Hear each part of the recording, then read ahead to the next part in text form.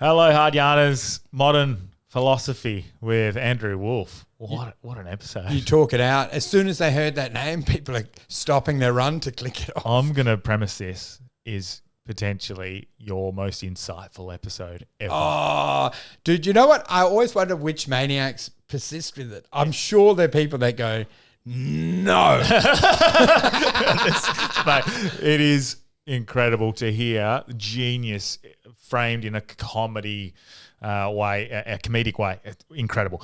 Good episode. But before we get into the episode and what we spoke about, this episode is brought to you by All Trades Cover. Do you cover yourself in anything? Oh, dude, I don't know. I don't believe in selling out for ads. Yeah, which we touch on in the episode. But this episode is brought to you by All Trades Cover. If you're a big business, small business, or medium-sized business, and you're a tradie specifically, All Trades Cover is going to be able to cover you. They've got a fair few people who have been in the trades system and they understand the pitfalls and what you do need coverage for. It is interesting to know how many tradies don't have cover. So hit them up, drop our name, and it helps us. They're going to hopefully give you a better... Dude, you got another option though. You can set up a shell company and just liquidate it. Just liquidate it if you hit trouble, and then just Phoenix into a secondary company. And it only costs you the ASIC registration fee. Put it in everything in a company name and then liquidate it if in distress. Well, transfer the assets. I don't know if that's... it's just a strategy. All Trades Cover, give them a run. They're good friends of the podcast. Also, this episode is brought to you by Crafted Finance. Crafted Finance, they're going to be able to help you with mortgages, car loans, business loans, assets, whatever you need help with when it comes to finance, they're going to be able to help you. Best thing about them is they're going to present you with all the options, whether you want just the easy, quick, give me the loan, I'm going to pay more interest long term, I'll take it, or they're going to present you the best option where you're going to pay less interest. Most likely a caravan off marketplace. Mate, they are like-minded people. They are good people, and they're going to... What they want to do is they just want to present you with all the options. It's your choice in the end, which one you pick. But they're going to show you that if you pick this this loan, maybe you're going to pay more over the long term of the loan if you're going to choose them. So whatever it is, they're going to present you. Probably pick the one they get a back kicker from. Well, they get. Oh well, look. No, I'm joking. This is the That's thing. been outlawed. I did my mortgage broking license. But it's actually all those incentivizing has been removed. Yeah, well, Ted's on next week to talk all things finance anyway, so we're going to talk the loopholes. Ted, if you're listening, I don't renege the sponsorship. But this episode, we were joined by modern philosopher, comedian extraordinaire, and all-round dickhead, Andrew Wolfe. And disappointing dad.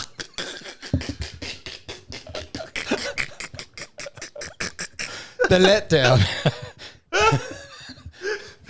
That's what I'm saying. Like, my kids are almost at the age where instead of the birds and bees, I have to sit them down and explain mediocrity. How I chased a butterfly instead of did a normal job. That's what this episode's like. I don't even need to give a description. All right. Let's get hard. Yeah, let's get hard. Welcome to Hard Yarns Podcast. I am fucking fat. Anything Chris White says, please disregard it. 5D is actually a state of being. It's a unity consciousness. That was Hard Yarns with me, Frankie Rose. So I'm going to throw it over to your co-host, Daniel Delby. And Cameron Branch. I would do this and then I'd gong. Free in attendance for the millions listening at home.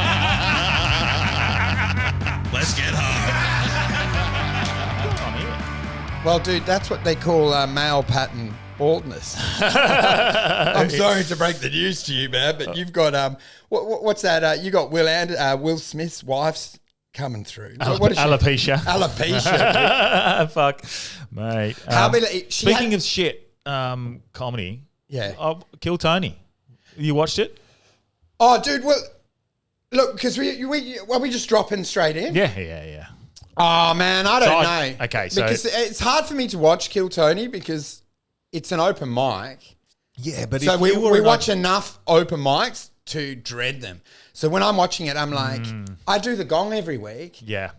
It torments my spirit to watch shit people do stand-up. So I'm Yeah. like, people are like, do you love the show? I'm like, that show is potentially the reason I've almost quit comedy multiple times in my career. Being around deluded fuckwits, scrambling for notoriety and fame and money is the most obnoxious, Is it repulsive shit I've ever seen. Like seeing some of the people that getting up at Madison Square Garden, getting a chance, and the minute they choose... Oh, dude, it's all smart.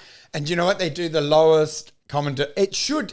I think there's a lot of peep shows nearby. They should just be pulling their dick out from behind the curtain. Seeing that young white guy try and do like a minute on the N-word. Dude, it's like... Are you an idiot?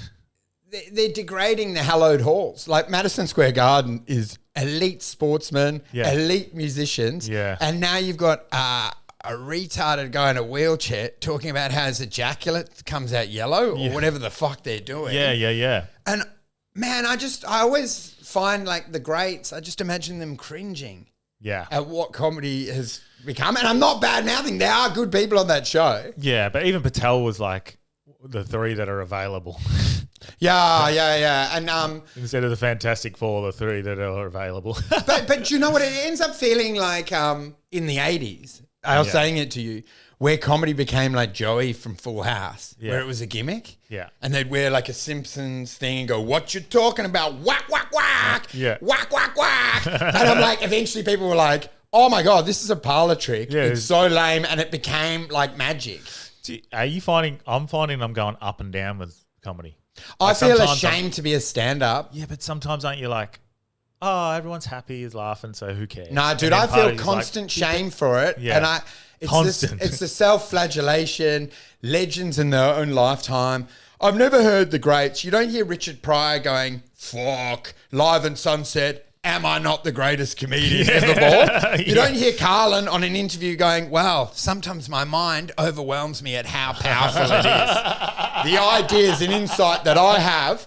And then there's so many like cosplay masquerading around like Oscar Wilde, where they're using pretentious language. And it feels like, you know, One Night in Paris? Do you know where Owen Wilson went back and pretended to be a great writer? Yeah. A lot of it is them riding horses and talking, waxing lyrical about the human experience. But we're monkeys that shit in a cage. And we're like, oh, we've got it all nailed. And I'm like, you're still fundamentally a monkey that's getting enamored by a banana. Yeah. And it's fucking lame. It's Yeah. lame to do a parlor trick and think you're good. It's, you know how lame it's like a guy in high school giving himself his own nickname. Frank the Tank. Or a cunt at karaoke thinking they're going to be signed because they're doing a Beyonce cover and then they're looking around going, told you, I won't be working at the fish and chip shop much longer, will I? Yeah. I'm a fucking genius. And I'm like, any person that doesn't have the humility to be ashamed to be a human being has no introspection, because I saw it watching Jim Jeffries, just even on a pod. Yeah. The level of meticulous perfectionism means that he's never happy. And now there's comics that are happy and going, nailed it. Another home run. Yeah. Watch the special. More anecdotes about wives and premature ejaculation and women being annoying and trans not being allowed rights. Yeah. I'm like, wackadoo. You're basically picking on the disabled kid at the back of the bus. And you go in and poke him and go, oh, he dribbles. He dribbles when you poke his stomach. And they're like, oh, God, he's funny. And I'm like, there's no... You could be looking out the window at the daffodils and going, time is endless. Or some sort of philosophy about a road to nowhere, or how I can't contemplate the moment. But instead, you find a guy with braces and you pull his jocks up through his ass and flick them. And then everyone's like, this guy knows no limits, and that's comedy. Fuck, we're killing it. And then you go, wait until you see my special. I fucking killed it. And like, what are you talking about? Tits, shits, and fucking fannies. Fuck off, you fucking hack. I'm sensing you are a little angry about the comedy. Well, dude, what I've been doing is I've been putting specials into ChatGPT, and it comes down to milk, lemonade, around the corners, chocolates, mate. Is pretty much the topic. Yeah. Milk, lemonade. You know that thing that you did as a kid? They're doing trans, dicks, fucks, shits. Yeah. And it's pretty much potty humor. I put my kids watch specials and they're like, this is lame, Dad. Yeah. And it's sort of a magic parlor trick now. Yeah, well, and obviously I'm early in my comedy. Yeah. When I look at my comedy, I look at it like that, and that's why I get a bit upset because it's just fucking... Dude, it's garbage. Yeah. and people should be ashamed of it. Dude, but I've realized I've wasted so much time getting your dick stroked by fucking mediocre hacks that you end up running real slow.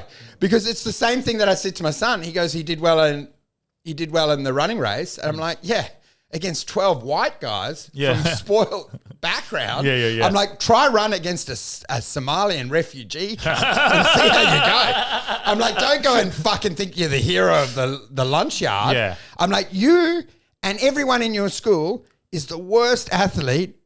You know, you're in the bottom 1%. So shut your fucking mouth with your certificates. Yeah. But anyway, maybe I'm a bit riled up. Yeah. But what I found is just the specials, the back rubs, the self congratulation. And, it's very cringy. It is so cringy to be a human being and think you've got it worked out. Oh, and mate, I said this exact same thing to my partner the other night. How feeble an idea it is to think we have anything figured out. Oh, dude. To even try to figure it out. It's like It's such a to end up stupid- being, because you're relevant to the irrelevant, to be on the top of the mountain stroking your beard and going, God, they love me. Yeah. They love me. Listen to my latest special where I put on a Chinese voice and pretend to have a weird interaction with an Uber driver. But even on this podcast, I look at the clips sometimes. I go back and I look at it and I go, what the fuck does it matter what I think? Yeah, dude.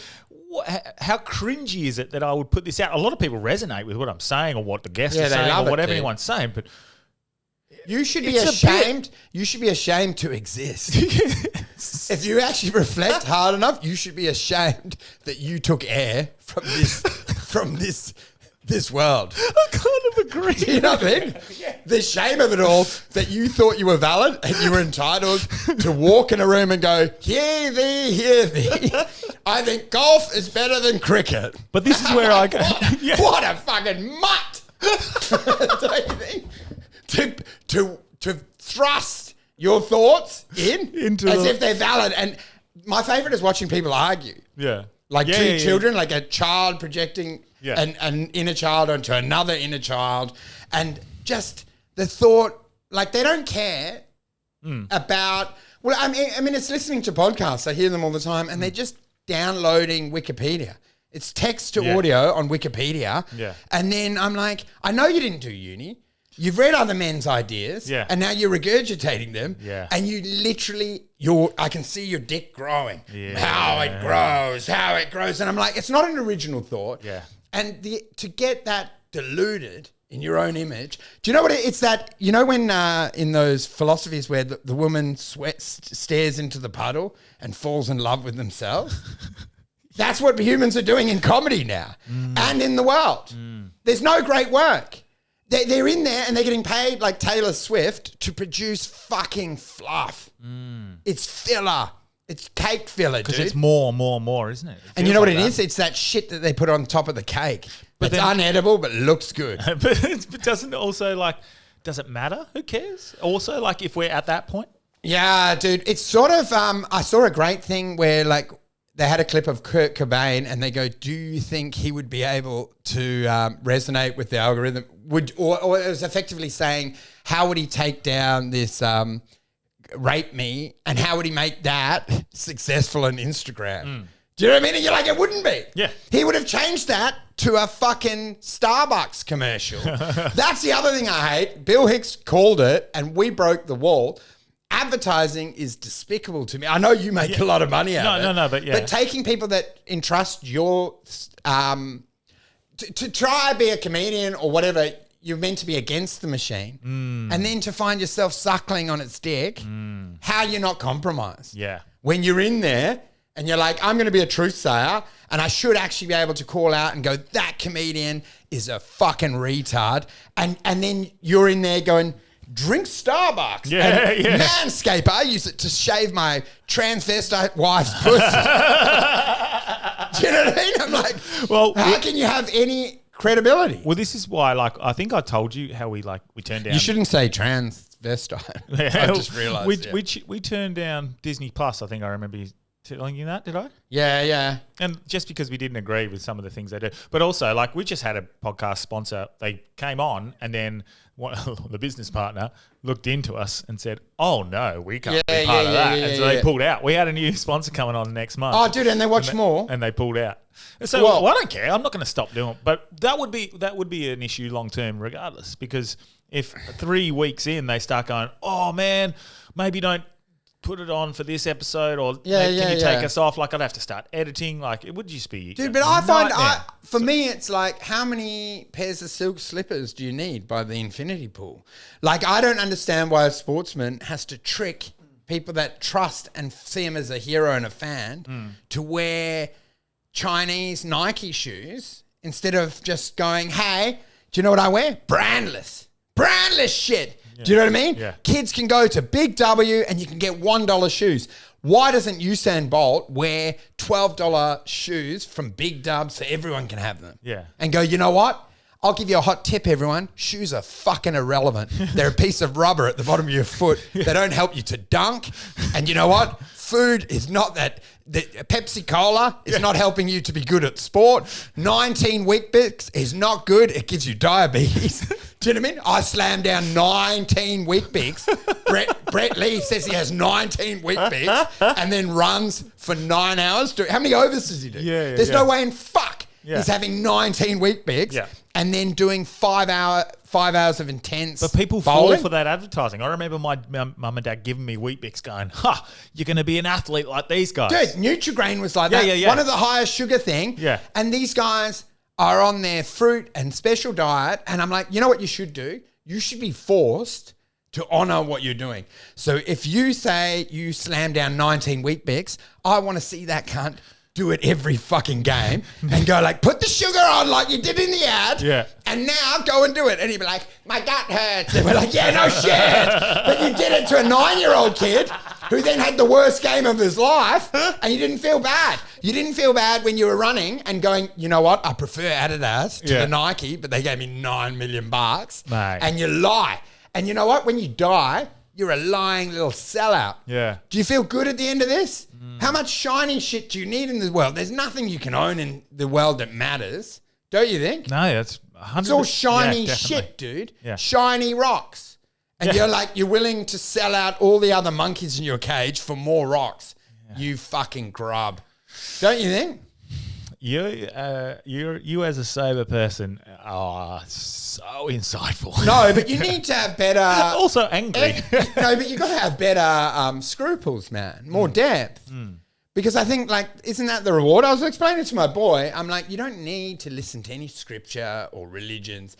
I said, when you're mean to someone, how do you feel on the core? Yeah. Do you know when you litter or steal That's or quite a betray nice thing someone? yeah. I'm like, you feel this deep ashamed and dread and I'm like, just listen to that, man. And I'm pretty sure that when you're on stage and you realize you solved 15,000 manscapers to retarded men that work in caves or whatever they do.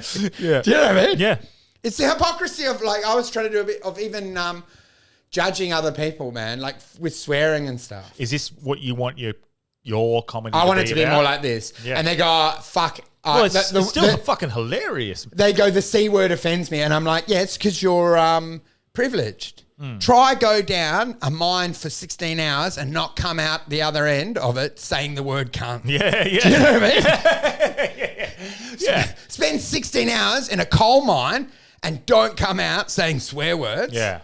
Versus sitting in an office hiring and firing people. Of course you're going to be sophisticated. I mean, that's the first joke I ever wrote, was that the words are just sounds. And I look back on it now, it's a bit hack. It's fucking low-hanging fruit. It's a very obvious joke, but it's still has its meaning of the words are just sounds. They don't Yeah, but then there's a layer that words actually create a reality. Well, this is so, it, and that's like a very superficial, because words are how the simulation exists at any meaning. Yes. So telling someone that their mum's died does actually affect the Correct. outcome of what's happening in this reality. Yeah. So for me, words are the programming underlying code of the simulation. So they're actually very important. They're everything. Without words, the world doesn't exist it becomes the world of a deer. Do you know what I mean? The sophistication comes in the nuance of the words. So what about saying the word like retard or faggot? Like saying it, not in context, but just saying the words. It's just weird, man. To me, it's like two dogs in the park fighting over a stick. But isn't it so weird? irrelevant that they're like, I want to say it, I don't want to say it. I'm like, focus on something of meaning. So I'm willing to say the word in reference to it, not as a directive. I wouldn't call you a retard or I wouldn't call you a faggot. I think it is derogatory. There's no need for me to be a dickhead. Well, but there's the context. If I go, hey, you faggot, and we're having fun. Well, I think.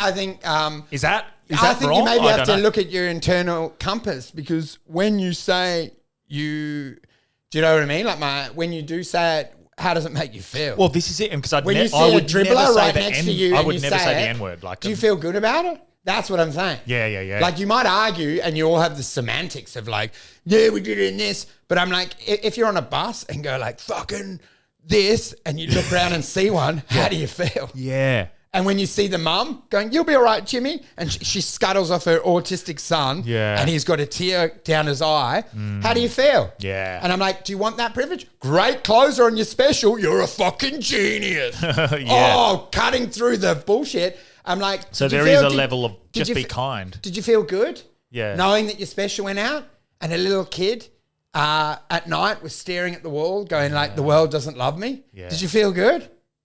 Do you know what I mean? Was it a great special? Were you that much of a genius? Or did you just push boundaries Or for did the you sake just of it? try get a reaction where you're in a group and you know what? And you get nervous and you don't know what to say. So you grab a weaker man and try to push him into the fire and everyone laughs. That's what Ricky Gervais's last special felt like. Just pushing it for the sake of it. Didn't even work. Did you know what they really need is AI, a chatbot? And I've been implementing it because I take every special now and do text. I do transcribe the audio to text, put it into ChatGPT, and then test where it's derivative and its source data. And it just annihilates everyone because you can find what books they've read, who they're re-quoting, and their genius is totally crumbles in front of your hands because you're like, so that's Aaron Chen's bit combined with this person's bit, combined with this person's bit. Fuck off with your special. Do you know what I mean? Mate, okay. Side, we're going to deviate here. Because I've seen that whole thing before. Yeah. Have we either had this conversation No, before? maybe we've already done it on the pod. But I literally, word for word, I had that little deja vu thing then. dude, because it's actually, you know what's probably happened? What's that? I've said it on the last 3 apps. Yeah, right. Because I'm an old man shouting at a cloud. They're all no good. And it's because no one's giving me silk slippers and I'm living destitute like a fuck. But you're making good points because I can't formulate or articulate the way I would like to describe this, but it's the same way I've been saying with my partner, and we've been saying it quite a lot lately. Everything is nothing and nothing is everything. Yeah, it's good. That's true. Because it is to a point, those words mean nothing. But at the same point, you made that valid statement that they affect other people. So there is a bit of a... Well, yeah, it does have It's both, but I isn't it? do like the idea. There's a beauty in the fact that there's nothing because then you get to create what anything means. And for you to understand what nothing is so... So once you accept the world's nothing, ridiculous. then it allows you to define the world on your own terms. And that's the beauty of existence. Once you accept that there's nothing afterwards and nothing before, then you get to choose what's important in your own valid way. But that's what I'm saying. I don't understand why you want to influence other people. And there's big arguments about, can we say this? Can we do this? Just honor your truth, like your core. Yeah. And if you think you want to say the R word and you think that's going to make your work stand in the annals of time alongside Pryor and Carlin, go for it.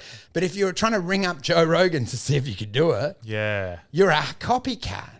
You just got to honor your words, don't you think? Yeah. Your truth, and just pray that it bounces back with a Manscaped sponsorship and other ad opportunities. Yeah. It's interesting because what do you think's important? What do you? Dude. What are your values? Dude, I find overwhelmed at being ashamed to exist and being a human. It's so hard to find meaning, man. And sometimes it feels like dissociative thoughts where you don't feel like anything's real and you don't exist. And Yeah. it's sort of the weight of being around, and then sometimes the journey seems so long. The thought that you're on loop, and sometimes the conversation starts to sound like the news channel on auto script. Do you know what I mean? People quoting news, gossip, weather. Here's Jim with the sport. Yeah. Do you know what I mean? And you're like, you start to get exasperated that there's more time to have to listen to more of it. Don't you think? That you start to be When you frame it like that, you're yeah, it feels overwhelmed. hopeless. You're like, how many times at the beach do I have to hear it? Some fuckwit tell me how beautiful the day is. Yeah. Do you know what I mean? Yeah. Like, as in I enjoy it, but then I start to feel like I'm trapped around NPCs, and I'm like, no one's like ripping through the veil of reality. They're just so comfortable in copying. Do you know what I mean? And not being original. Yeah. That's what I think the Well, overwhelming. that's I Yeah. that's the battle I go with every time I get excited about comedy. Yeah. We'll go back to comedy because every time I get excited about doing it, and I start telling jokes, and then I go listen to everyone else's jokes, and it feels like it's so bad. and this is not putting myself up because I'm clearly not on the level of a lot of people, but I look at them and I go, well, even if I got to that level, that doesn't look. Dude, imagine, don't you find it embarrassing to go and assemble 100 people, 1,000 people, and to have their chairs all point at you and then to say some code words? So why do we do to get a it? reaction? And I'm like, it was a better deal back in the High Court, right? Yeah. The jesters just came out of cages. They were probably fed scraps, and they'd urinate and jerk off into their mouths, and people would go like, okay, get them the fuck out of here. Yeah. Socrates is going to say some actual thoughts to Jenna's. You know, like people are actually going to talk about meaningful stuff now. Yeah. Bring in the clowns. Fuck off the clowns. Now the clowns are the kings. Yeah. And you're like, they're in there and they're like, they have no degrees. They dropped out. They're weak little cowards. They Yeah. couldn't do a hard day's work. They Yeah. went for the easy option. Didn't do uni, didn't get a job, lay around on a couch, smoking weed, taking the point of least resistance. And then they've got the gall to argue with an astrophysicist about space, time continuum. I just find it crazy to tee up a ball Yeah. against like someone feels- that's done 25 years at Harvard and to have the balls or the delusion to go back and forth with this person about their subject of specialty. Yeah, it's interesting. Dude, even the blowback on comics going like, why are they being so mean? I heard Mark Maron's, he's ripping them out and they're like, why are they being so mean? I'm like, well, because you picked a side. No, but he did as well. Yeah, yeah. But you brought politics into it. It's embarrassing to vote on a puppet. There's two sock puppets and you go, I like that one. Yeah. I like that one. And you know what I mean? And then go, why's there blowback? And I'm like, well, the reductive thinking to actually engage with that flight of fancy. Do you think it's like I feel like these are all even our, I guess, not distaste.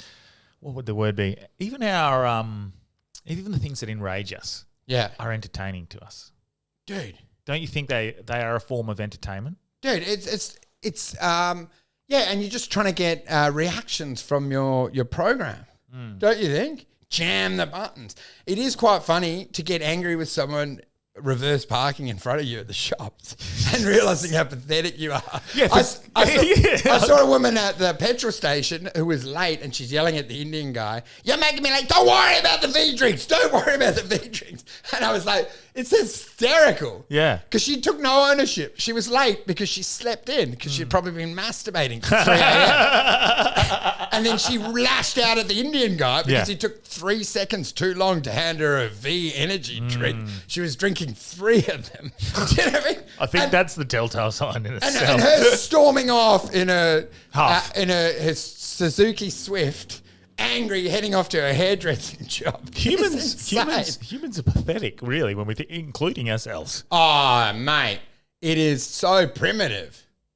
And they always say, why haven't the aliens? We are so primitive. Why haven't the aliens interacted with us? That's why. It's like trying to interact with an ant farm. You go down there and try to go, how was your day, big ant? You know, like when you got the ant farm in the sand? Yeah, but they go like, why would you? It's the same reason you don't try have an argument with a fucking dolphin, dude. But isn't... I should have said a dog. Yeah, but isn't everyone loves dogs. Yeah. And they love dolphins. Pick a bad animal. Isn't even this conversation, though, like ego serving? What are we doing? We're just filling it. I'm acting like I've got a position of high ground. I'm standing there going, I've got the higher ground. Yeah, look, I'm pointing out your own fallacy. I'm pointing out everyone else's shortcomings by design, saying that I am the more sophisticated of the thinkers. Yeah. And even that's obnoxious. And there are people on a run right now going like, fuck this fuckhead. Because I suppose there's layers of because insight. what's worse, being blissfully ignorant and just floating through, or being, very consciously aware of that? Well, it's sort of like a loop, man, because I feel like you get the insight to go like we're all NPCs, and then you go nothing means nothing. And then you loop around and realize, well, if that's nothing means nothing, you might as well engage in the simulation. Yeah. And then you go, the guy at the very start might have actually done the loop 6 times and be smarter than all of us. The guy that's just going like Haggard's golf, and that guy that you see at the beach and go, lovely day for the human race. And you're like, you didn't realize he did 19 washing cycles of your insight, and he's got more introspection than you ever have. And you're like, teach me, wizard. Do you know what I mean? And you think that you've got the ground because you've done DMT and you've realised working at National Australia Bank isn't that smart. But then you realise maybe working at National Australia Bank is smart. If you're aware that you're working at National Australia Bank and you've actively chosen. It's sort of like, I was thinking like when someone's poor, right? Yeah. There's no more profound being than being poor, but by choice.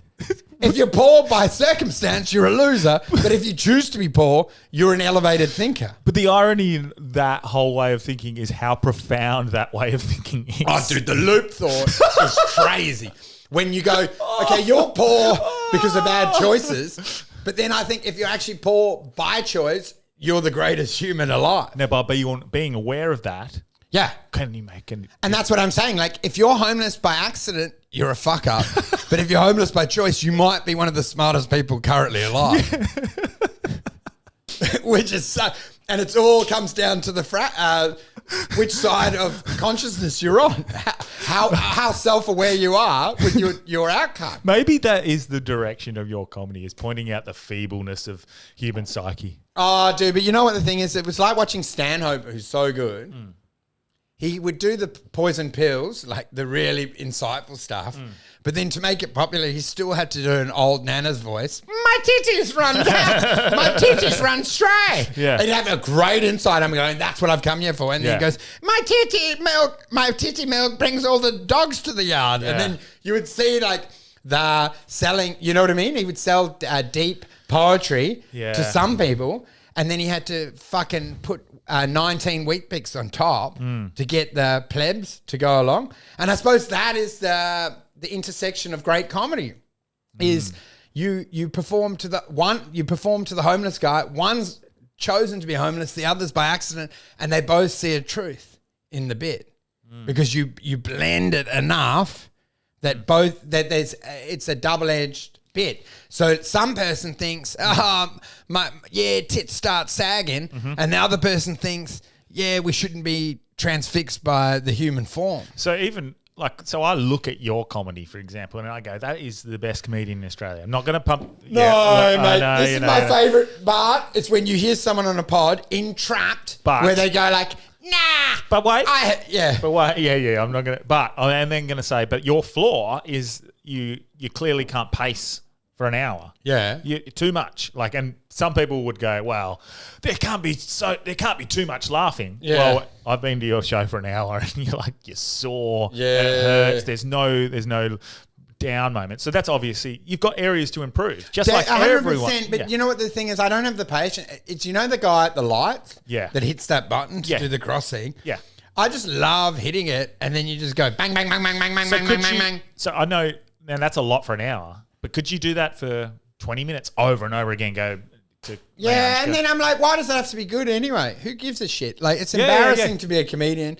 I think anyone that actively admits it. One of my lowest points in my life was 2 moments. One where I put the tag that I'm a comedian in through desperation to try and get money on Instagram. Yeah. We had to like associate with other comedians. Yeah. And then changing my handle from Dead at the Wheel to Andrew Wolfe Comedian, I think are 2 low points in my life. Things I'll dread for all of time. Because you feel like it's short, Well, it's just short back and cheapens sides. it all. Yeah. And then you realize, well, maybe you do have to sell out, dude. Maybe. Could you... It's sort of like that. Could you sell out and then go back? Well, it's sort of like that. You know, when you're 20 and you got a list of your perfect girl, how many, when you're really honest, at 30 when you marry that girl, do you ever check back on the list and see how many things you fucking decided that didn't matter? Yeah. And you're like, yeah, you know what? I can handle a temper and the fact I don't even think she loves me. I think I saw that Daniel Sloss bit, which was unbelievable. It was a main core of his show, which was, if you don't love yourself, no one else, you can't meet your partner. Because say you're at a 3 out of 10 for loving it, you're a 1 out of 10 for your self-love, then a 3 is incredible to you. And then as they feed your ego, you get to a 5 and then they're unacceptable to you. But you can only really meet your true love if you're at a 10. Because then you only accept a 10 or 11. But if you're at a 2, any scrap will do. Because a 5 is a 10 to a 2. Do you know what I mean? Yeah. And then as they love you, you start to learn yourself more, learn to love yourself more, and you become a 5 and you go, this bitch crazy. I want it gone. And then once you're 6, you're like, she pisses me off when she's on the couch. Piece of shit. I saw her take the last eclair from the fridge. She's a fucking scumbag. Why am I doing? I drive her to work. She's taking all the money. And then you're a 7 and you're like, I want to fucking murder her. I want to bury her in a forest. This fucking user. Do you know what I mean? They heal your wound and then you realize they are the wound. They are the cut. Yeah. Do you know what I mean? And it happens to a lot of people. As someone heals you, you realize they are a virus that's latched onto you when you were weak. You know why? Yeah. Okay. See, now I was just talking about how, like, when you're doing your comedy, there's no gaps. Yeah. I'm your gaps in a Yeah. podcast. I'm the rest. Dude, you need those rests. This is why I love Pinder. Like, Pinder's obviously so good at his ebbs and flows and his cadence within his comedy. Okay, I get to rest. Yeah, but now Pinder- unleash you. Go. Pinder does, he's got a love in him. He does. Yeah. See, I feel like I'm, I don't know what's happened, dude. I don't really give a fuck. I think Is that an issue though? Does that matter? Do you know what the thing is? I don't know if it's bipolar or actually just sick of hearing the same simulate. You know, like when you're on Zelda and then you hit the guy at the fire who's going, your quest is in another area. Yeah. I just mash B. And I think that's what I do in combos. Bang, bang, bang. Shut up! Do you know anything that seems familiar? I'm like, don't want it. Don't want it. Don't want it. And then I become the worst human ever because I should have looped the whole way where I'm going, let the man cook. And then sometimes they surprise you. And you realize you are, you know, the people that argue a lot often are just projectors. Yeah. Where the person never says that. I'm like, I know you think my ass looks fat in this. Do you know what I mean? You watch a projector do that with a partner where they go, would you love me if I was a vegetable? Yeah. And you're like, and then you know what I mean? They're at the point where they're actually putting things in your mouth. Would you bang my sister if you hadn't met me? And you're like, yeah, maybe. Yeah. What do you? Have you ever done that with your partner? If you die, Yeah. do you think you could find a new soulmate? It's an interesting question. And then it all comes down to serendipity. Was this destined? And they always, when they're crying and going, even in the stardust, we'd be fucking, we'd know each other in the infinite bliss. Our 2 cells would have come together. They were destined from a million years to interact. And then you actually realize you get infatuated with someone randomly. The best example is when you go to a conference. Yeah. You arrive and you're like, I wonder if there's a hottie in the room. Yeah. And by day 3, you're infatuated by someone that you initially dismissed. Don't you think? Well, I guess like Alan Watts, for example, we've talked about him a fair bit. Like he delved into everything, probably got such an understanding of everything, realizing nothing mattered. And he ended up having, what are they called? Mistresses and Dude, he treated the world like a cum tray. Yeah, and then he didn't care about his children. He's like, well, just who cares? He treated the world like a rub and tug. Yeah. Don't you think? Yeah. And then I suppose you can go too far that way, and I think it's my problem. Yeah. Interjecting, interrupting, and I think that's why on a pod I am unlikable. Well, you're very good philosophically. So what, like, okay, here's a perfect one. Ethically, when it comes to ethics in regards to the vegan debate, for example, you'd be a good person to ask about this because ethically it's a good question. Yeah. Should we kill animals? Should we not? Should we raise ourselves above them? This is something that keeps getting brought up by vegans. I find it hard because I'm like, why would you be trying to override the program, right? You're in the simulation. And one of the core things is this eat or not eat. And then I'm like, if the divine creator has created these meat dishes that are running around that can make your family more secure and make you more healthy and make you live longer. I don't like the game. It's a masochist, disgusting thing, but I'm like, you think that you're going to just be more profound and more pure than the fundamental game? Yeah. Do you know what I mean? It's like GTA and you decide not to rob any cars or kill anyone and you just drive back and forth to a normal office. Yeah. Do you know what I mean? And you go like, nah. I'm not participating in the game. I'm more noble than the rest of you, and I'm a sanctity. And you just drive within the rules, and you're doing your indicator, and then you go to the shops and you pay for your money, and you work as like an admin. You're doing tax returns in the GTA world. Yeah. I'm like, is that better? And the fundamental. See, this is the genius. That is a perfect analogy. I'm like, it is a game. Why would you overrule the game? And then also, I don't like that so many people form their identity around it. I don't think if you reflect on what you're doing, you want to find meaning and purpose. Yeah. And you don't have talent. Yeah. So you latch onto an idea and you form your whole world around that. Because one of the things with the vegan, these activists, is you're like, okay, we're in a perfect world, right? And everyone becomes vegan. Who the fuck are you now? Yeah. And you're like, you're no one. And I'm like, you're selfish. The real motivator for you is to find relevance in mediocrity.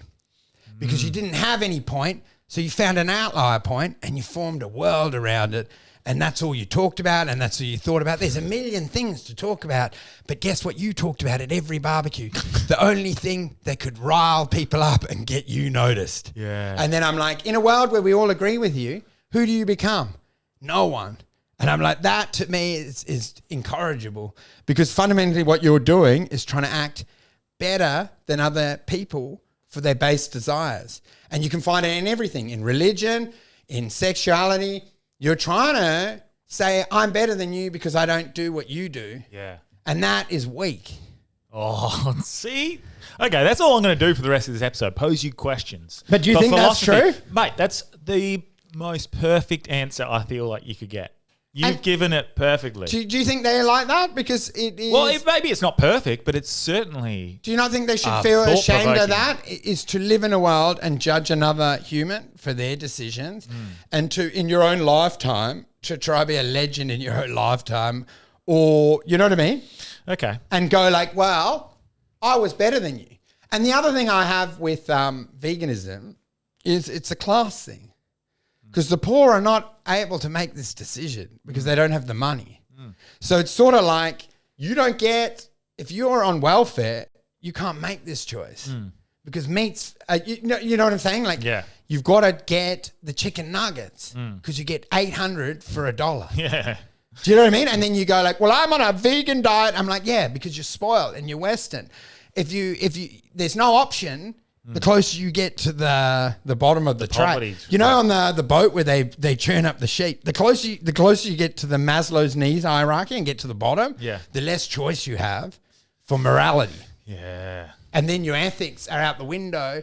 because when you're on the street, you have to steal the loaf of bread because your kid is behind the bin starving. Do you know what I mean? And then they go, do you know what I mean? It's a choice. And then to judge another human because of your privilege is disgusting. And then to actively do it. And to have a mum that's poor, a single mum, and make her feel shit because she got 500 chicken nuggets for $1.50 and she kept the wolf away from her door, which is me, but kept them from the door for another day is a shameful act. Modern philosophy with Andrew Wolfe. Is it not true? It's a shameful act. Mate, that's so good. It's disgusting. It's sort of like that judge, you know, in the old religious days. Yeah. Where the rich guy donates $100,000. Yeah.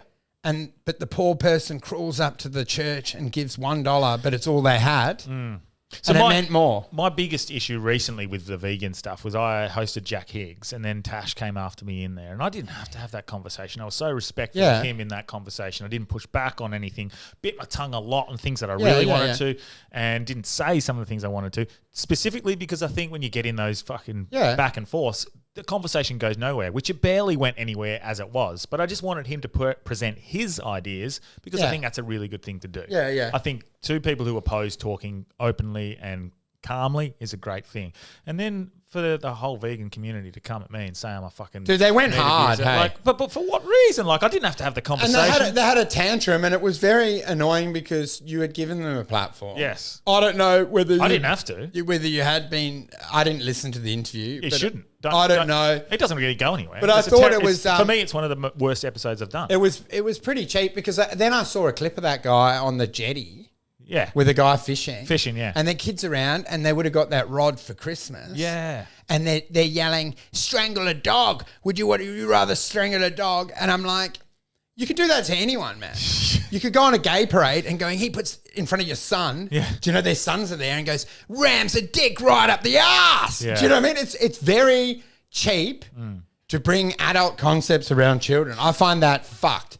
Do you know what I mean? Like it's the same way that people thrust. They're allowed to form their ideas, but I think to bring adult content to a child is a bit shit. Do you know what I mean? Yeah. To feel like it's your right to interrupt the dad and make the kid feel sad. Like, is that not mean? Yeah. Yeah. And you go, well, it doesn't matter because we've got to save people. And I'm like, well, Yeah. it's the classic. Without sin could throw the first stone. You're selling pornography on the fucking internet. You got your pussy out there for $5. Yeah. He's like, you're obviously aware of his superficial image. He's got spray tans and hair shit. I'm like, why do you have to get your hair done all the time? Fuck it. You probably got hair straighteners and fucking shower gels just running down the drain. Yeah. Do you know what I mean? How much fucking ointment do you shove on that dirty fucking... do you know what I mean? Yes. To look good. Yeah. I'm like, to be honest, how many showers do you have a day? Yeah. You should roll in the mud and save water. Do you not think? Oh, okay. Who knows? But dude, it's more complicated than they give you for. And it's I think everything's more complicated, and that's why it's worthy of open discussion. But yeah. I don't like straw manning, which is like you create the set of facts. Yes. And then you fuck someone up. Yeah. Because you get that leap of logic where you're like, assume the world is red. And that's the mistake because it's a complicated, nuanced set of events. Yeah. And it's a lot to be moral and to be good. It's very hard. And then they go, assume this, assume that. And then you're conflicted. And you're like, which one of your sons would you kill? And you're like, well, I wouldn't kill either. Yeah. Why'd you put me in this scenario? Do you know what I mean? Yeah, and then yeah. they're like, you're a bad man. Yeah, it's a false analogy. It's not real. It doesn't exist. Because it's so many moving parts. Yes. And then what they'll do is to like... compare a human to an animal, like to say, if it was aliens coming down doing it to humans, that's not a real analogy. And look what happens to human beings. If you don't contribute, you end up on the street or on welfare. Yeah. And then they want a world where animals exist, but they don't contribute. Yeah. At the end of the day, there's an exchange to live in this reality. And it might be that you're raised for a year and then you have to have some purpose or value to the simulation, and that is the Christmas roast. But that said, they'll probably fucking come at me. I'm a vegan. No. Well, Okay, another thing that I've been seeing a lot lately, and something I'd love to hear your thoughts on then, because I'm just going to pose these questions now because you're very Nah, dude, you insightful, talk I it think. up, man. No, I think you're very good. You're insightful. They're probably smarter Well, people than me, like I'm sure- feeling like I'm a dickhead. But there is. I'm sure there is. But I like your way of thinking. I like your philosophy and your think. So, like, okay, a lot of people are going towards God. Yeah. Why do you think they're going towards God? Do you think they're finding this, they're looking for some sort of purpose and meaning? Well, dude, it's an interesting trend, hey, because they do think having some faith extends your life because it reduces your stress because you believe there's a meaning or a higher purpose. Yeah. So when your wife leaves, rather than thinking bad or feeling traumatized, you're like, it's God's plan. And you got people like living and they're getting 50 chicken nuggets. They have no hope of a better life. Yeah. But they get to stare on Sunday into a weird stained glass window and think, there's a better place for me after all of this. And like that gives them another few days of life. It's sort of like when your partner dies, often, you know, when they've been soulmates forever, you die almost a week later. Well, like our stories that we get, afterlife, they get the messages. Or the message, but also, you know, when you've got like the old couple. Yeah. And generally when one pops off, the other loses hope and dies within a week. Yes. And I'm like, that's sort of what religion gives you, a carrot on the stick. But ultimately it is a stick. But it's nice to see dumb people. Yeah, so do you think religion is false opiate or for this the idea masses, of God or, what do you think? I think it's pretty feeble. Like, I suppose there's a shared consciousness. I feel like we all just roll back into the one thing. Mm-hmm. Do you know what I mean? We get to experience ourselves briefly, but it's almost like a wave that peaks in the ocean and then goes back into the ocean. Yeah. But I don't think like why only your ego wants to exist forever.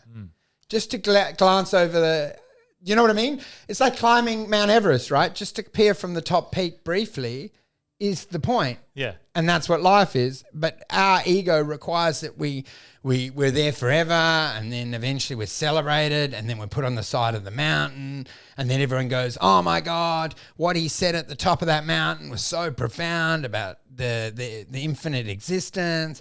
I'm like, we live in a child's fantasy, dude. Like, why would you want to live forever anyway? Yeah. Have you been in your own thoughts, just even on a flight for 10 hours? Imagine doing eternity. Yeah. It is hell. It's interesting because in this consciousness that I have right now, this way of thinking I have right now, I have no idea what my thoughts are on it. But if I was to, I don't know, have mushrooms or smoke weed or something, for whatever reason, my way of thinking changes. And because your ego gets out of the way, man. And Is that you what just get into the now. Yeah. And then once you're in that, obviously it's the greatest position you want. And I suppose that's what you've got with love. All that does is bring you into the now. Do you know what I mean? Yeah. Do you think that's what's happening when you're on these psychedelics? Coming into the now? All you're doing is just getting out of the way of yourself. But I'm saying that's what's so good about death is that's all there is left. Yeah. I mean, the idea of running your stupid thoughts, like what I said on the beach. Yeah. You're just a teleprompter from the news channel. Who the fuck wants to listen to that for infinity, man? Yeah.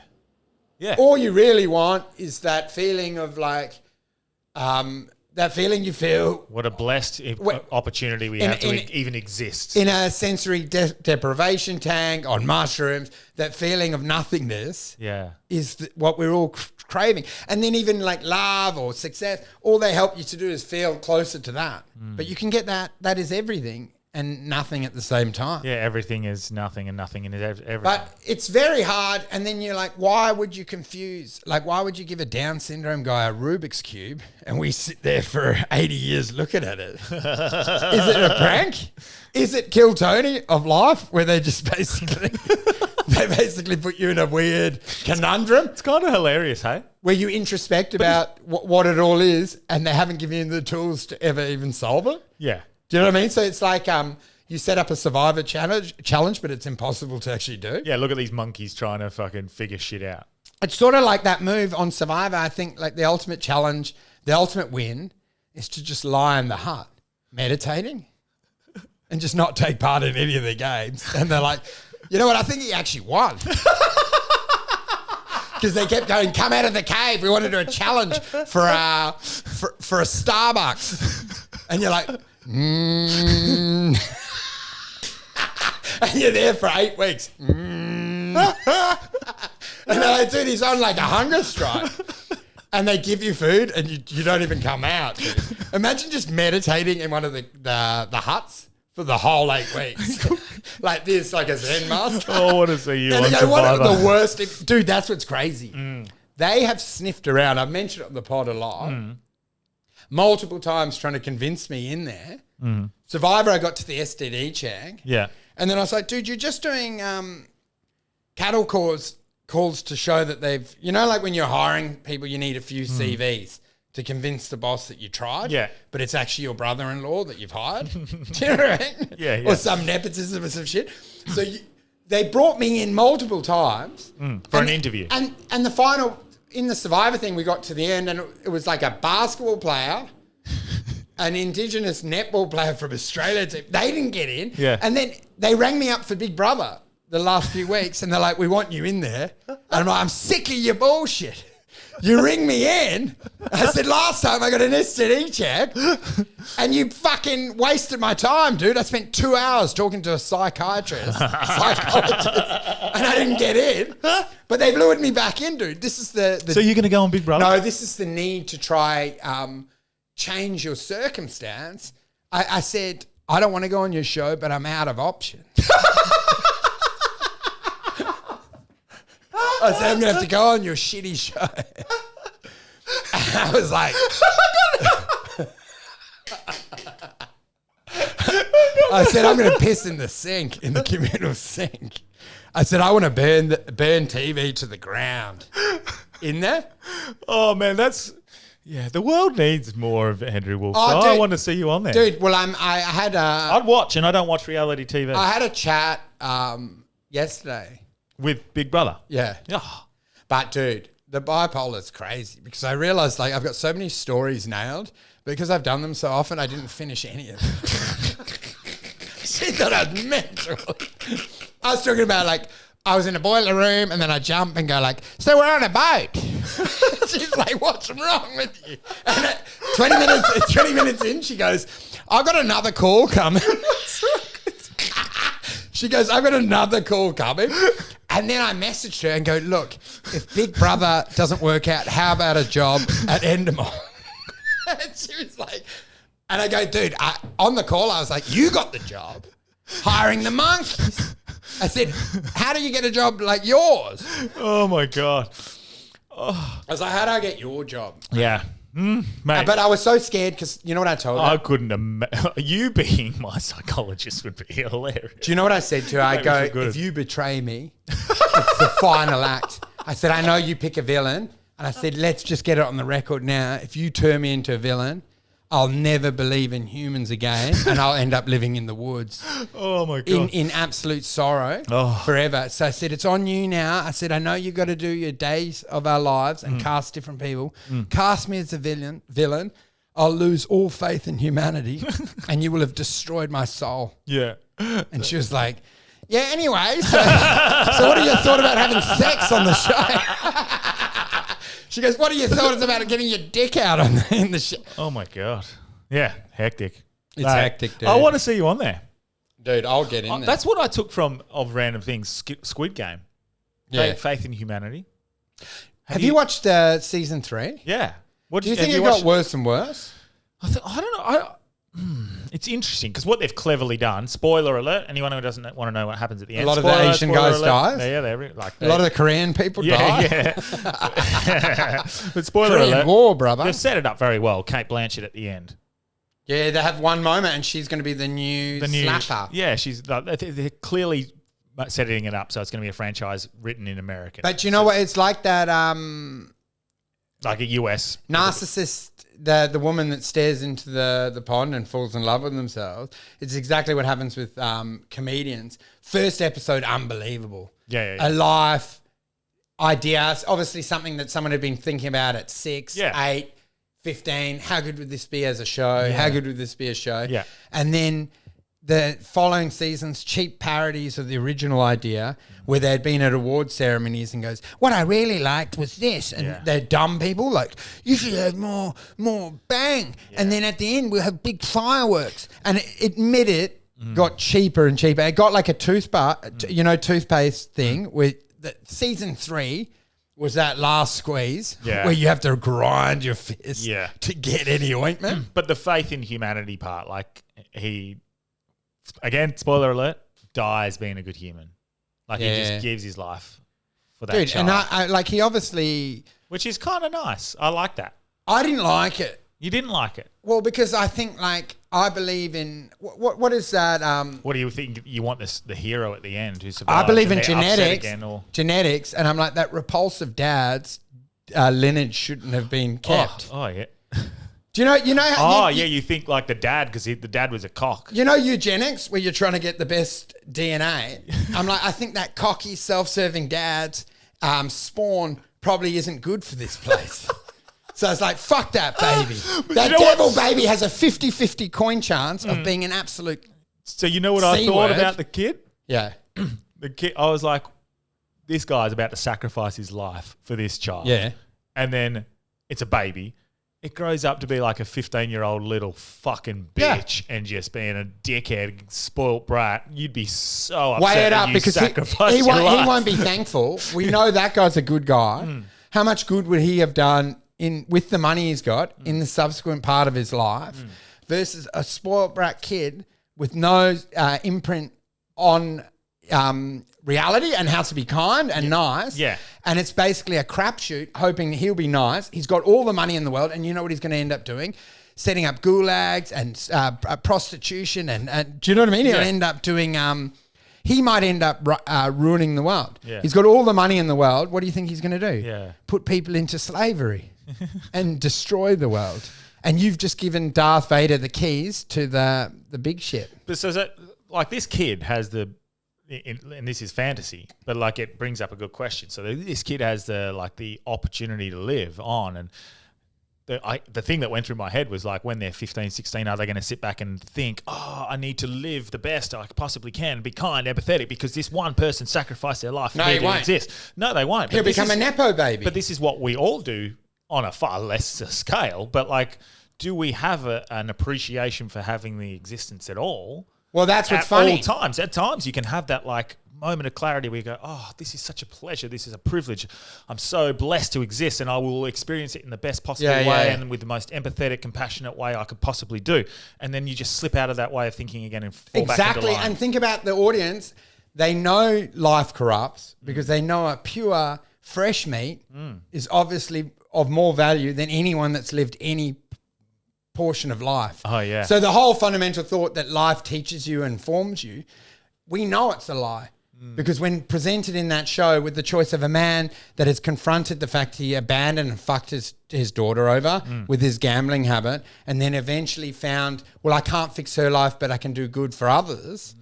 And we go, I'd rather start a fresh ledger with this baby, because anyone that's lived on this planet has been corrupted and is a fucking grub. Yeah. And then our instinct is like the baby, because it's pure and it's closer to the truth. Yeah. Anyone that's lived is probably copulated into the dirty pit that is this world. Yeah. And that's funny, man, because the truth is that baby will be repulsive. Yeah. Because he'll have everything catered for and he'll have no introspection. Yes. Because he will go to a private school. He'll have all money. Yeah. And you know what he'll end up doing? He'll be a vegan activist telling poor people not to eat chicken nuggets. Don't you think? Or eat bio meat or whatever it is. Telling poor people, how dare you buy 800 chicken nuggets to keep your family alive. All right, Andrew Wolfe, solve the immigration issue. There's no issue, dude. What is the numbers? It's just a decoy. It's a red herring to keep you off main policy. At the end of the day, it doesn't really matter on the Titanic if you move a few chairs around the top deck. I find it crazy that people are engaging or putting any time into it. It just talks about how dumb people are, that they get, look, a butterfly. Yeah. Look over there. Yeah. And we've got like the housing crisis, the fact that, do you know what I mean? Like property's fucking doubled, wages haven't, with the middle class has been gutted. Yeah. And people are like, a guy with a turban is living in a shitty area doing a better job than I am. Instead of pointing to the fact that they printed fucking And how many fundamentally- $1 billion during COVID and whatnot. fundamentally, what is nationalism? It's disgusting. It's the selfish kid that won't share his toy. We don't have a identity. We've been here 200 years. You've watched as it merged. People are trapped in the past, but everything's merged, right? That initially we were against the Italians. They're now pretty much the best Australians. And the Asians are the best Australia. And now we're picking the next one. It's a melting pot.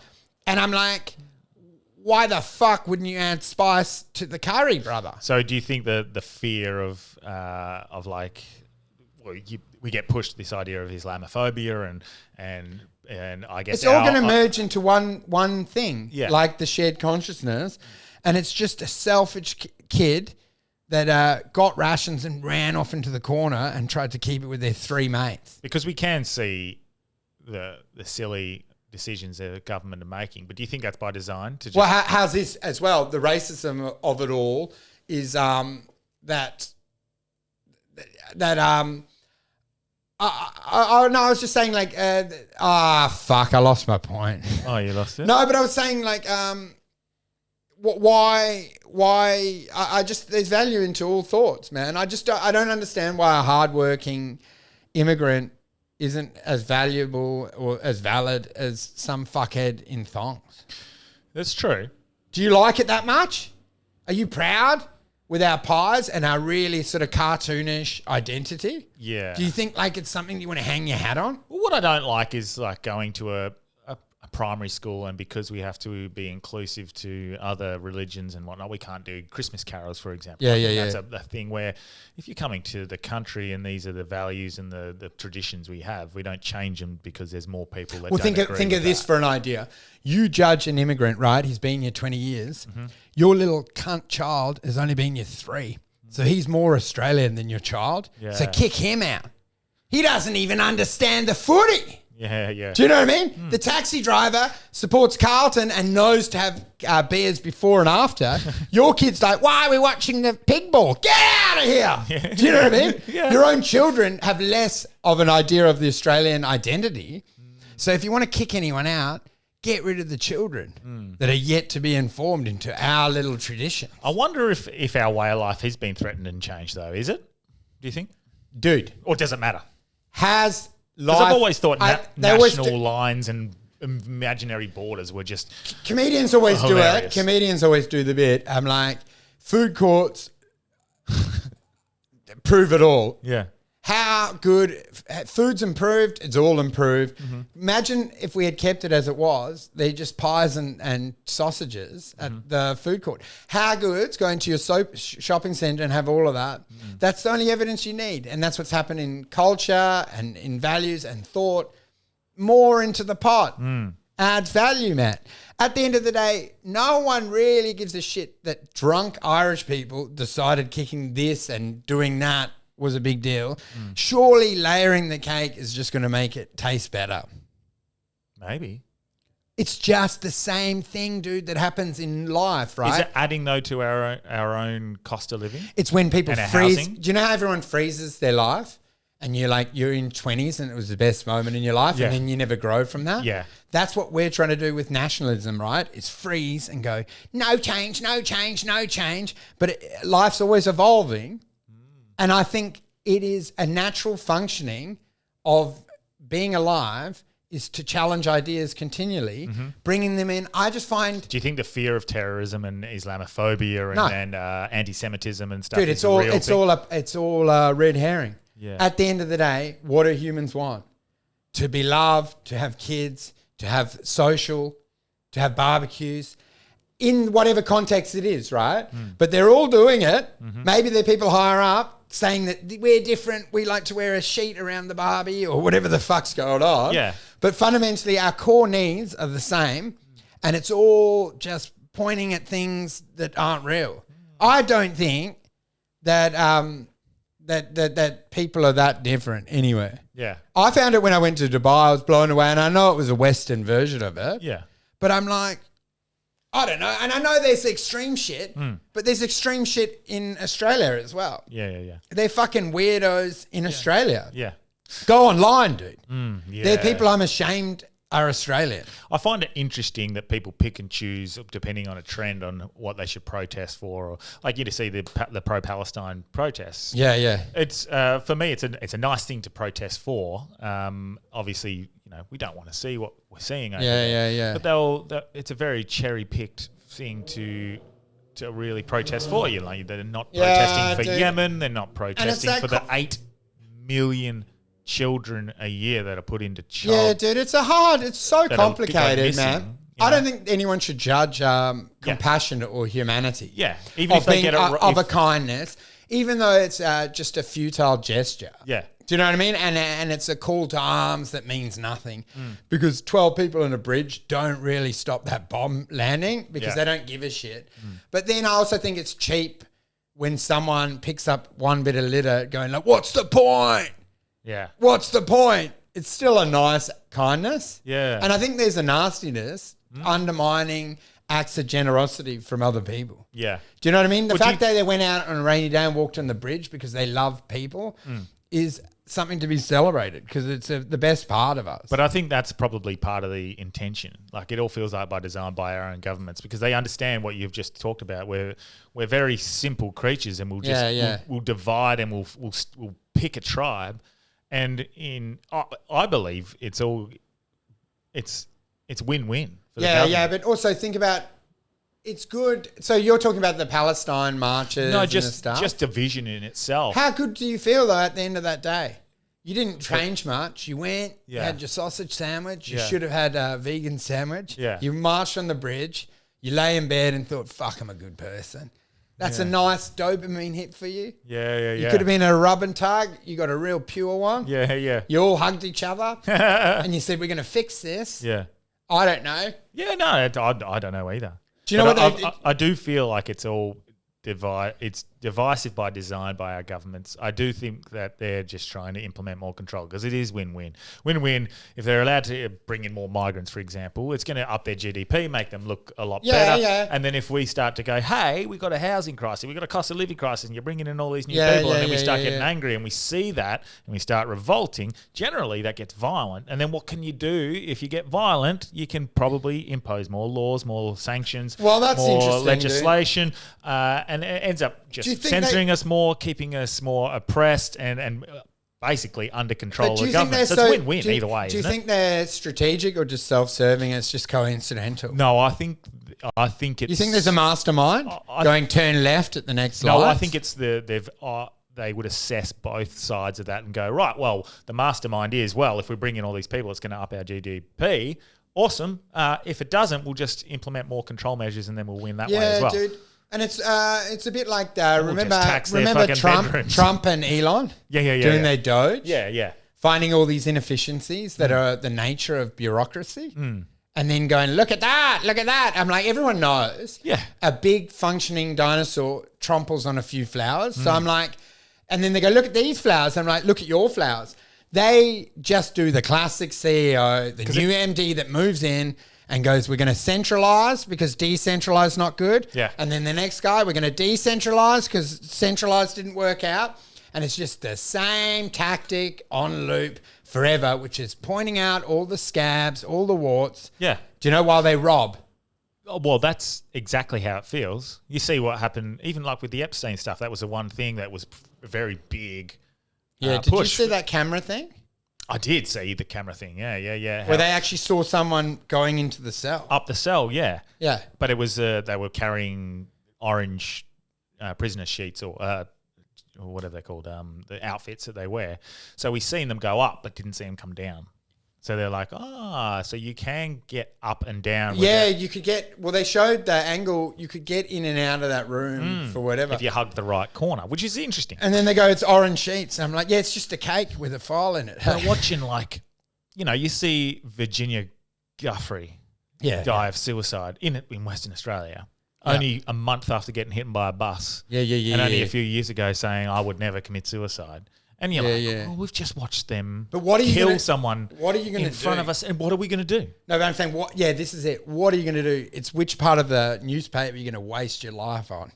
Are you talking about the news, the conspiracies, the gossip, the weather or the sport, and then or the traffic? Yeah. But you know what I mean? I'm like, Who knows, dude? But I'm like, maybe just reflect on improving yourself. Well, don't you think that's what it is? It's all distraction from your own self improvement and evolving. Yeah, I think if you're focused on what Andrew Wolfe's doing or what the government's doing or what Trump's doing or what fucking some vegan activist is doing, you're not focused on yourself. And at the end, I think, self and understanding self is probably the best. 100%. What's the most important? Like yourself and your sphere of influence.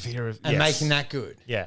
And making that the best you can. And if every single person collectively did that, and which was the world gets better, dude. Exactly, but because we're constantly all distracted, ringing and pointing going the like, I've fingers. heard the swamp's overgrown. I'm like, I heard your backyard hasn't been tended to. Yeah. And you're pointing it out, and all you can really do is just make sure your bin's out on Monday. Yeah. Keep a nice, tidy yard. Keep your dog fucking shut up. Yeah.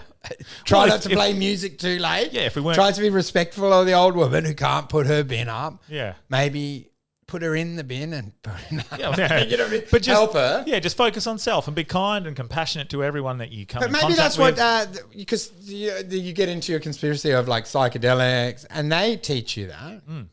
Yeah. And then they're obviously a problem. But man, what does it all mean anyway? Who cares? Everything is nothing. And That's nothing what I'm is saying. everything. That's what Yeah. overwhelms you. Because you imagine, what would be funny with time travel is watching what captivated each, because they had the witch trials, watching each generation waste their life screaming at clouds. Yeah. Do you know what I mean? And then having the introspection to realize that's what we're doing, Yeah, well, right now. which is crazy, right? To realize people are like, she put a spell on me. She a bad woman. Do you know what I mean? And then realizing that we project forward and we're like, I saw a plane in the sky. I saw an alien. There's a ghost in my anus. You know what I mean? And just thinking like, God, dude. Yeah. We're pretty much, when you see like baboons getting hysterical, yelling at stuff? Yeah. That's all we are, dude. And then there's a connection and all yelling together. And it's basically a rustle in the reeds and it was the wind. And that's your life.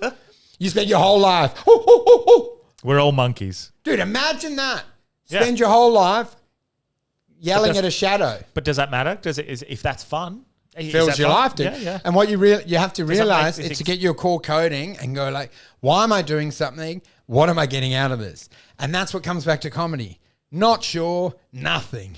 Does it matter? I don't know why does it I'm doing matter if- stand-up and I don't think I'm getting anything Does from it matter if I'm a 55-year-old sheet metal worker just going to work and coming home and being a good dad and partner? It doesn't matter. No, I love what I'm doing now, but it doesn't mean I can't go do that and appreciate it. And that's it. You can get distracted from what's important because you're in there, big city dreaming and going like, dude, if we get that decking out there, unbelievable. We'll have a white party for my 50th. Gonna go off 4 a.m. back like the good old days. And to do that, you end up working at Deloitte's and you miss 9 sports carnivals. And eventually when you have your 50th, the son's not there because he thinks you're a prick. And you're out there and your wife's going, she doesn't want to talk to you anymore. And you drink that 1 glass of champagne and you realize your 12 friends think you're a cunt. And you're like, and that's your life. And you're like, well, I did get the decking after all. And you're like, you know what? Fucking hate decking. You feel a breeze come through. I'm going to paint it And now. you realise you're on the decking and your neighbour can look in on you. And you're like, I don't like being outside. And you walk in, shut the door, and that's the end of your life. And everything is nothing and Dude, nothing and is that's the everything. end of your life. You shut the door and you're like, you know what? It was all for nothing. Shouldn't have bothered with the decking. Because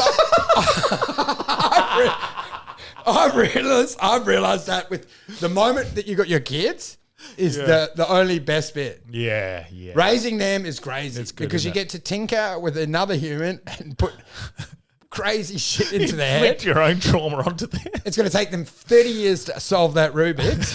And you're just like, there. And they're like, why is dad screaming out of the car? They don't know because property's gone up and you had 5 houses.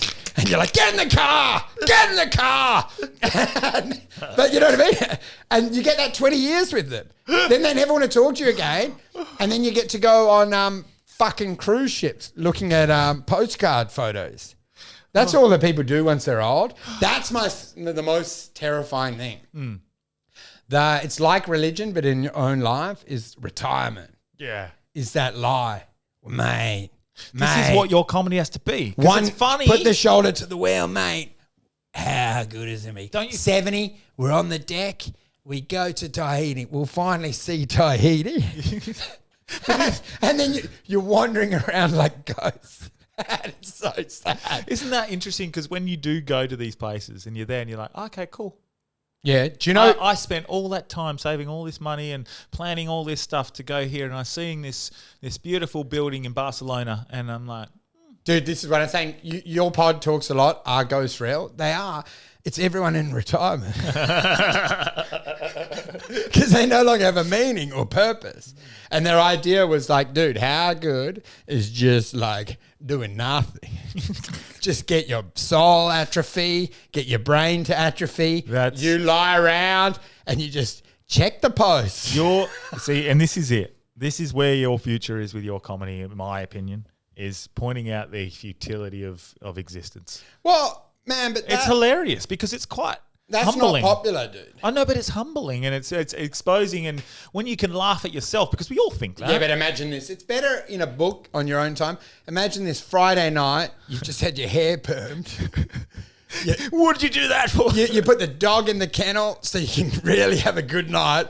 You drive up with your husband who you hate, and you're like, we've almost, it's your 40th, Shegler. And then I come in and go, you're meaningless, you're meaningless, you're a cocksucker, you're a fucking hypocrite. And I'm like, thank you for coming to my show now. Fuck off. Who's going to pay for that, dude? To be rinsed by a nihilist? They're going to come and he goes, it's all meaningless, kill yourself. Have a good night. Have a good night, Tracy. Mate, there. That's it. That's not going to be popular, dude, but it might be all right in the book. No, I think that's it, man. I think that's good. I think you underestimate what people would love to hear. We love to hear how stupid we think. Yeah. Don't you think that when we all get told how stupid our everyday existence is, we all get told, like, we do these stupid things, and the best humor, the best jokes are always the ones that are so obvious, and the things that we all do, and they point out how fucking ridiculous it is. You're just reporting out how ridiculous existence is. It's actually really hard to do on stage. Yeah. Because of the judgment is very overwhelming. Do you know what I mean? Because in your head, I think. 100 glaring eyes wanting to hate you, it's really hard to stand up. Do you know what I mean? Because you feel... You feel like they don't love you so quickly. Well, I've never asked you. Do you get nervous comedy, dude? I just because you're good, and so I don't think I've ever been like comfortable where I could be true to myself, because I think a lot of it is a defense. A lot of angry, a lot of there's not like voices or being silly like a Pinder. But Pinder's a playfulness, and I'm like, what a deft hand for life.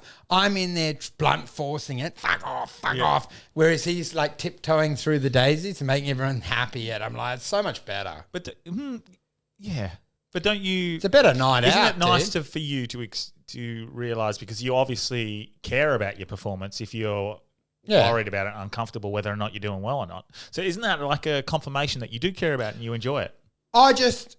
It was like, and that's why I find it so repulsive, these people that are like, it's so good, wait until you see it on Netflix. Fucking believable. Yeah. Because I heard a bit, I think like Richard Pryor was like that at the end, and he was grabbing Robin Williams and going, none of it was me, man. It was the drugs. I was nothing.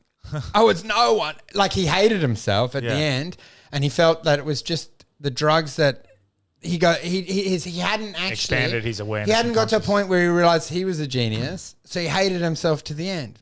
And I'm like, he was a perfectionist to the end. And I'm like, what a glorious way to be confused by the profound rather than thinking you've got it nailed. The thought to feel like as a human that you worked it out is fucking so embarrassing, isn't it? That is the...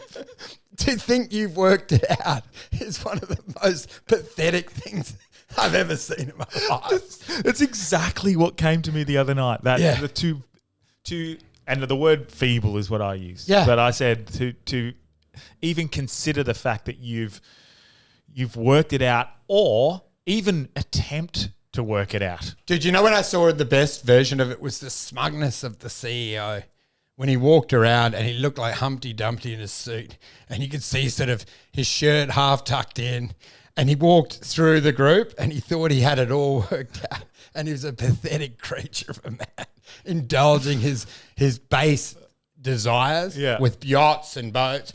Keep it up, Jenny. And I just looked at him, a pathetic child. In my head, he's like in diapers and didn't have control of his faculties, tempers, throwing things, and just so far away from the truth that it was embarrassing. And there is nothing funnier than seeing a CEO with like the back of their office shirt untucked. So what a loser. Or see like a bit of mayo on his lip as he goes, we got to work harder on the Macmillan file. And you're like, dude, you got fucking broccoli in your teeth. You're a fucking chimp, boy. Or you hear him fart at his desk. You know what I'm going to do? Because I know you want to do your philosophy podcast and comedy. So I'm going to get the listeners to send me questions or you, DM you. But no, DM us and I'll forward them to you. Questions that they want you to answer. Yeah, but also I've just got to put a big disclaimer. I'm just doing a stab in the dark. This is like, course, right, you know when you're on a night out, you get cornered in an alley, you can't see who's coming for you and you just stab at anything. Right, I don't know. I'm like, you know when the highway's going past, I just grab any car and throw it into this as content. I don't know if these are my formulated philosophies. It's just like, your initial thoughts. What's something, the dog chasing the exhaust pipe? Oh, that sounds good. Yeah. But do you know what I mean? That sounds good. But if you're sent that and you can read it and then think about your thoughts, wouldn't you be able to form your... Because you are hilarious with your responses. But I always like, and I think it's the best, is watch the world burn. So I feel like you should play all sides always.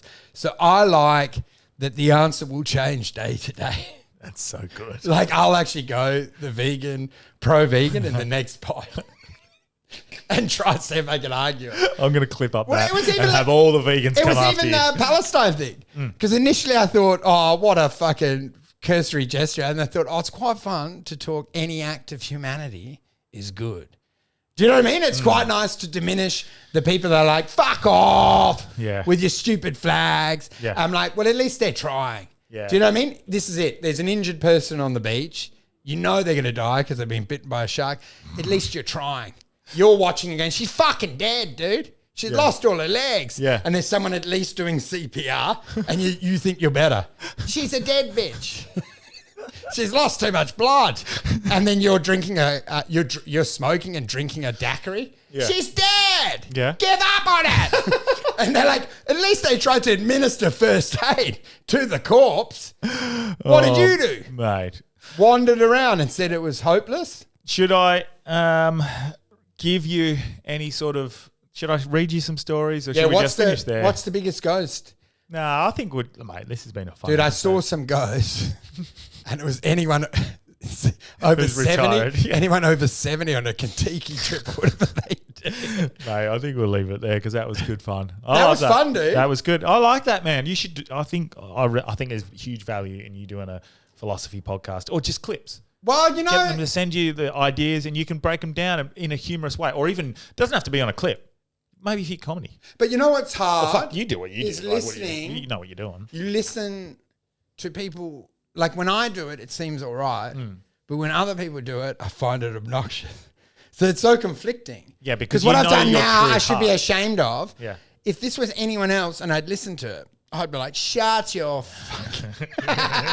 But unfortunately, I'm trapped in this meat cage. Yeah. So I have to just do what I can. Yeah. Well, mate, I think there's value there. And who knows, dude? I think your listeners prefer getting well, they do like getting crazy people. But you want to plug anything? Nah, dude. I want to plug the wound in my heart. What's the wound in your heart? Just live. It's got so bad, dude.